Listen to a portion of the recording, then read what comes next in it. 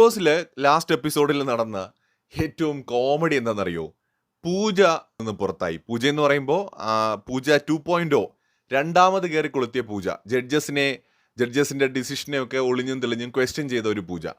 So ഇതിനകത്ത് ഞാൻ വിചാരിക്കുന്നില്ല ഈ 3 ജഡ്ജസും മാത്രമാണ് ഫൈനൽ ഡിസിഷൻ എടുക്കുന്നതെന്ന്. മേ ബി അതിൻ്റെ പുറകിൽ സ്ട്രോങ് ആയിട്ടുള്ള മാനേജ്മെൻറ്റോ അല്ലെങ്കിൽ ഇതിൻ്റെ ഒരു ബിഗ് ബോസ് ടീം ഉണ്ടാകുമായിരിക്കാം. ഇനി അവരുടെ ക്രൈറ്റീരിയ ഞാൻ മുമ്പൊരു വീഡിയോ പറഞ്ഞ പോലെ എന്താണെന്നുള്ളത് നമുക്ക് അറിയാൻ പറ്റില്ല. ഈ ഒരു ഷോ നടത്തുന്ന ആളുകൾക്ക് ഷോയ്ക്ക് ഒരു തീമുണ്ട്, ആ തീമിന് അനുയോജ്യമായിട്ടുള്ള ആളുകൾ വേണം, അവർക്ക് അവരുടേതായിട്ടുള്ള കാഴ്ചപ്പാടുണ്ട്. കാരണം ഇത് ബിഗ് ബോസിലേക്ക് പോകുന്നതിന് മുമ്പുള്ള ഒരു ചെറിയ ഒരു ട്രയൽ മാത്രമാണ് ശരിക്കും. So final Bigg Boss start ചെയ്തിട്ടില്ല. അപ്പോൾ ഇതിനകത്ത് നമ്മൾ ഇതിലെ ജഡ്ജ്മെൻറ്റിനെയോ അല്ലെങ്കിൽ ബിഗ് ബോസിനെയോ കുറ്റം പറയുന്നതിൽ വലിയ വലിയ ലോജിക്ക് ഉണ്ടെന്ന് എനിക്ക് തോന്നുന്നില്ല. ജസ്റ്റ് കണ്ടു കളയാമെന്നുള്ളതല്ലാതെ.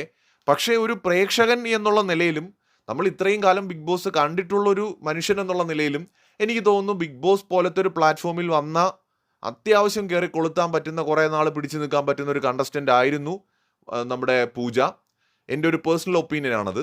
ബിഗ് ബോസും അല്ലെങ്കിൽ ജഡ്ജസും ഒക്കെ അത് ഒരു പക്ഷേ വേറെ വ്യൂ പോയിന്റിലായിരിക്കാം കാണുന്നത്. അതുകൊണ്ടാണ് ഞാൻ പറയുന്നത് നമുക്കറിയാത്ത കാര്യത്തിൽ നമുക്ക് ഒരിക്കലും ഒരു അഭിപ്രായം പറയാൻ കഴിയില്ല. ബട്ട് പേഴ്സണലി ഒരു മനുഷ്യൻ എന്നുള്ള നിലയിൽ അല്ലെങ്കിൽ ഷോയുടെ ഒരു പ്രേക്ഷകൻ എന്നുള്ള നിലയിൽ പൂജ പലപ്പോഴും ഇറിറ്റേറ്റിംഗ് ആയിട്ട് തോന്നിയിട്ടുണ്ട്, ഓവർ സ്മാർട്ടായിട്ട് തോന്നിയിട്ടുണ്ട്.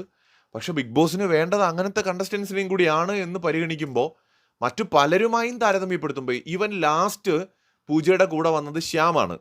തുടക്കത്തിൽ ശ്യാം അടിപൊളിയായിരുന്നു, നമ്മൾ ഒരു വീഡിയോക്കകത്ത് അത് പറയുകയും ചെയ്തെന്ന് തോന്നുന്നു.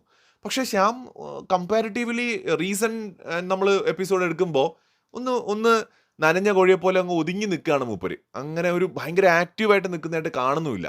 തുടക്കത്തിലുള്ള ആ ഒരു ഇമ്പാക്റ്റ് പിന്നെ നിലനിർത്താൻ പറ്റിയിട്ടില്ല. അതേസമയത്ത് പൂജയാകട്ടെ ആദ്യം തൊട്ട് ഇതുവരെയും സ്ട്രോങ് ആയിട്ട് പറയാനുള്ളത് പറഞ്ഞും പ്രതികരിച്ചുമൊക്കെ വളരെ സ്ട്രോങ് ആയിട്ട് നിൽക്കുകയാണ്. പിന്നെ ഇതിൻ്റെ ഒരു കുഴപ്പം എന്താണെന്ന് വെച്ച് കഴിഞ്ഞാൽ നമ്മൾ കാണുന്നത് ഈ 24/7 പോലെ നമ്മളാരും മുഴുവൻ കാണുന്നില്ലല്ലോ.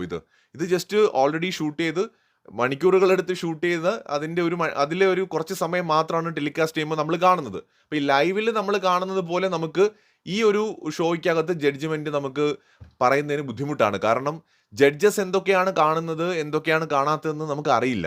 നമ്മളെ അവർ എഡിറ്റ് ചെയ്ത് ഒരു മണിക്കൂറിൽ കാണിക്കുന്ന കാര്യങ്ങൾ മാത്രമാണ് ദിവസവും നമ്മൾ കാണുന്നത്.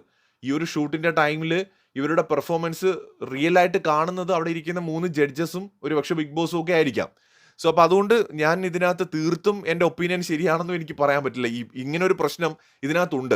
പക്ഷെ നമ്മൾ ടെലികാസ്റ്റ് ചെയ്ത എപ്പിസോഡുകൾ കണ്ടതിൽ നിന്ന് എനിക്ക് മനസ്സിലായത് അവിടെ നിൽക്കുന്ന ഒരു പകുതിയിലേറെ പേരെക്കാൾ കൂടുതൽ സ്മാർട്ടായിട്ടുള്ളൊരു കണ്ടസ്റ്റൻ്റ് ആണ് പൂജ. എന്തായാലും ഈ ഘട്ടത്തിൽ പുറത്തു പോകേണ്ട ഒരാളല്ല. മാത്രമല്ല ശ്യാമിനേക്കാൾ സ്മാർട്ടാണ്, അതിലൊരു സംശയവും എനിക്കില്ല. ശ്യാമിനേക്കാൾ എന്തായാലും സ്മാർട്ടാണ്. നമ്മൾ എപ്പിസോഡ് കണ്ടതിൽ നിന്ന് എൻ്റെ ഒരു പേഴ്സണൽ ഒപ്പീനിയൻ അതാണ്. ബട്ട് ജഡ്ജസ് എന്ത് മാനദണ്ഡമാണ് എടുത്തതെന്ന് നമുക്കറിയില്ല. എന്തായാലും പൂജയുടെ എവിക്ഷനെ കുറിച്ചുള്ള പ്രേക്ഷകരുടെ അഭിപ്രായങ്ങൾ കമൻറ്റ് ചെയ്യൂ. മറ്റൊരു വശമുണ്ട്, പൂജ കുറച്ച് ഓവർ സ്മാർട്ട് കളിച്ചു, കുറച്ച് അഗ്രഷൻ ആണെങ്കിലും കുറച്ച് ഓവറായിരുന്നു. മേ ബി ജഡ്ജസിന് ഡിസ്റെസ്പെക്റ്റ് ചെയ്യുന്ന രീതിയിലൊക്കെ അവർക്ക് തോന്നാം, ഈഗോ തോന്നാം, നമുക്ക് അതൊന്നും അറിയില്ല. ബട്ട് എങ്കിലും ഒരു ബിഗ് ബോസ് മെറ്റീരിയൽ, ഒരു BB മെറ്റീരിയൽ എന്നുള്ള നിലയിൽ നോക്കുമ്പോൾ പൂജ ഒരു അടിപൊളി പ്ലെയർ ആയിരുന്നു അല്ലെങ്കിൽ ആകുമായിരുന്നു എന്നാണ് വ്യക്തിപരമായി എനിക്ക് തോന്നുന്നത്. എന്തായാലും പൂജ ഷോയിൽ നിന്ന് എവിക്റ്റ് ആയിരിക്കുകയാണ്. സോ പ്രേക്ഷകരുടെ അഭിപ്രായം തീർച്ചയായിട്ടും കമൻറ്റ് ചെയ്യൂ.